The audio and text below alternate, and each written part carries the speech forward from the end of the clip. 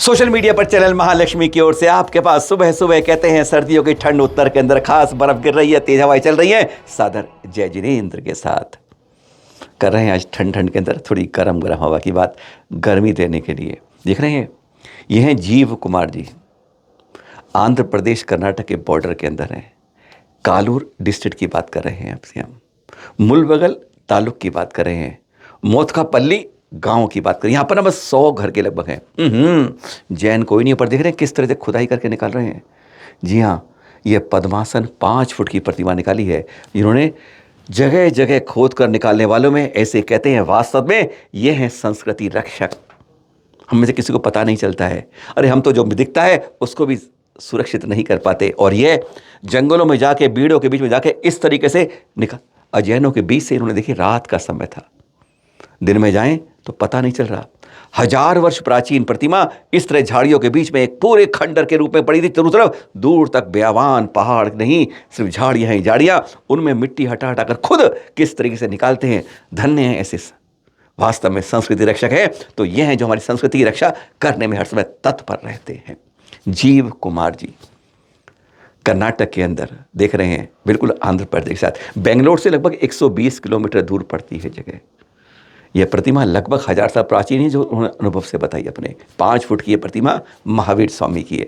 देख रहे हैं यह है संस्कृति विरासत। अरे कहीं खोदो तो सही, देखो फिर निकलता क्या है, अब पहचानोगे। जैन विरासत है, यहाँ तहाँ जहाँ तहाँ मिलती है तो जैन विरासत ही मिलती है। धन्य है जब ये मिली, कहते हैं खुशियों की एक नई झड़ी लग गई। और जो आपको बताने जा रहे हैं, कहते हैं कान खड़े होकर सुन लीजिएगा। कहते हैं हाथों के नहीं, जगह जगह रोम खड़े हो जाएंगे। दाऊद इब्राहिम इंटरनेशनल नाम है, समझते हैं ना। और उसकी संपत्तियों पर सरकार ने कब्जा कर लिया है। मालूम आपको, ये बात 2000 सदी से चल रही है बात पहले से। पर कोई एक पूरे देश के अंदर सरकार उसकी प्रॉपर्टी नीलामी कर रही है। हमने कई बार पढ़ा होगा, इनकम टैक्स ने करी, उन्होंने करी, लेकिन कोई एक आदमी खड़ा नहीं हो पाता कि उसकी संपत्ति नीलामी में हिम्मत करके बोल सके।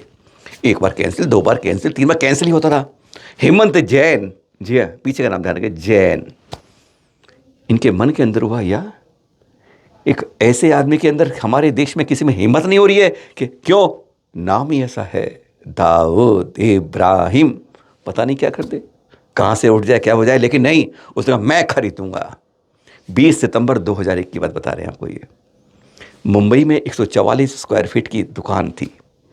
उन्होंने नीलामी कहा मैं 2 लाख में खरीदता हूँ। एक बोली बोल के मिल गई। लेकिन ये बात ये नहीं कि दाऊद इब्राहिम की दुकान को उन्होंने खरीद लिया, शटर के बारे में, शटर नहीं खुला। अभी तो दाऊद की बात तो बाद में आती, पहले सरकारी महकमे में क्या होता है ये खेल देखिए। मुंबई में जाए कब्जा लेने के लिए, नहीं अभी नहीं मिलेगा। रजिस्ट्रार के अधिकारियों ने क्या खिलाया उन्हें बात, क्या घुमाई बात, कि कह दिया भाई ध्यान रखना, केंद्र सरकार की जो जगह होती है वह ऐसे नहीं मिलती है, उस पर कब्जा नहीं मिलता है। परेशान दिल्ली आए, चक्कर लगाए और फिर बार बार करते रहे। मालूम चला दिल्ली आके उन्हें झूठ रूप में कहा गया है ऐसा कहीं नहीं होता, आप सरकारी नीलामी में आपकी जगह। कब्जा मिल नहीं रहा। कहते स्टाम्प शुल्कों का बहुत अदा करने पड़ेंगे करंट मार्केट वैल्यू में, यानी भी लटकते जा रहे हैं, बरसों हो रहे हैं, कसूर उनका नहीं है, पर कह रहे जुर्माना सहित देना। क्या गजब के हमारे कानून है, हमारा देश है। कहते भारत देश महान, बस ऐसे लोगों की संगति मिलती है तभी तो ये होता है। 2017 में उन्होंने फिर अदालत में केस किया, 5 साल घूमते रहे। 2017 में मालूम चला उनकी फाइल ही गायब। कितनी हिम्मत करके उन्होंने काम किया, और 2017 में उनसे यह कह दिया गया। सारे चित्र देख रहे हैं आप, अखबारों की खबर देख रहे हैं। क्यों देख रहे हैं, कल परसों की खबर बता रहे हैं आपको ये सारी, जो उसके बाद क्या हुआ। आखिरकार किंतु परंतु चुनांची लगने के बाद 1,54,000 रुपये और दिए उन्होंने, और अब उन्हें कहा गया है कि कब्जा मिल जाएगा। 2001 में दाऊद इब्राहिम को उनके ललकार के कहा था हम तेरी जमीन खरीद के दिखाएंगे, खरीद ली, और 23 साल इसमें लड़ते रहे कि उन्हें मिल जाए। कैसा हमारे देश के अंदर की रीति है, क्या नीति है, कि कहते हैं नीलामी की जमीन भी ऐसे ही नहीं मिलती है। पर अब हेमंत जी साथ में गए थे, उनके बड़े भाई पीयूष जी हिम्मत करके अब बता रहे हैं। कहते जब छोटे से थे, आज तो आधी उम्र गुजर गई है, अब देख रहे हैं कि कैसे हो गए हैं। बस एक ज़मीन को पाया था, उसी को पाने के लिए लड़ रहे हैं। शिखर जी, हमने कहा है ना कि वो तीर्थ रक्षक बनने के लिए तैयार हो जाइए। जब भी जाते हैं यात्रा करते हैं तो अपने को तीर्थ की सुरक्षा करने की हम सबकी जिम्मेदारी को निभाना होगा, अपना कर्तव्य। जी देख रहे हैं नीचे पुलिस तलाशी कर रही है कि किसी की जेब में गुटखा या नशे की चीज़ ना हो।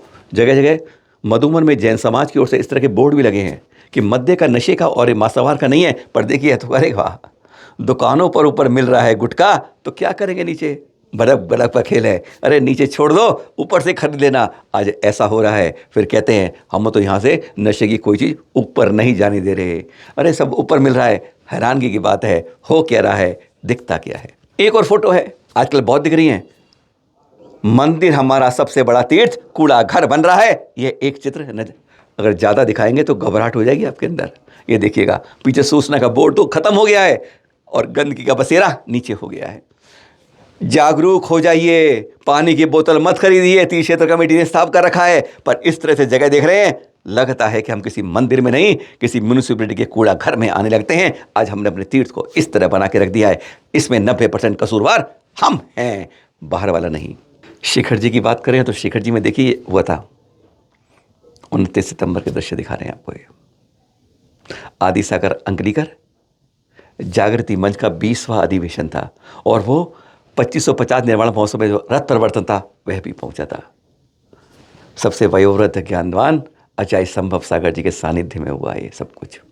साथ में आचार्य जी विनिश्चय सागर जी, वैराग्यानंद जी, विहट सागर जी और भी आर्य और भी आचार्य मोक्ष सागर जी, कई आचार्यों के साथ गणनीय आरिकाएँ, 2 आरिकाएँ, सबके संग साथ यह एक अधिवेशन हुआ। सुबह रथ परिवर्तन पर अभिषेक हुआ और दोपहर को वह सभा हुई जिसमें उनको विनयांजलि दी गई आदि सागर अंकलीकर, तपस्वी सम्राट सनमति सागर जी को। ऐसा शिखर जी का दृश्य। कहते हैं शिखर जी तन मन में बसा है, बस तभी तो कहते हैं अगर रक्षक बन गए तो फिर यह हमारा ही है। सादर जय जिनेंद्र।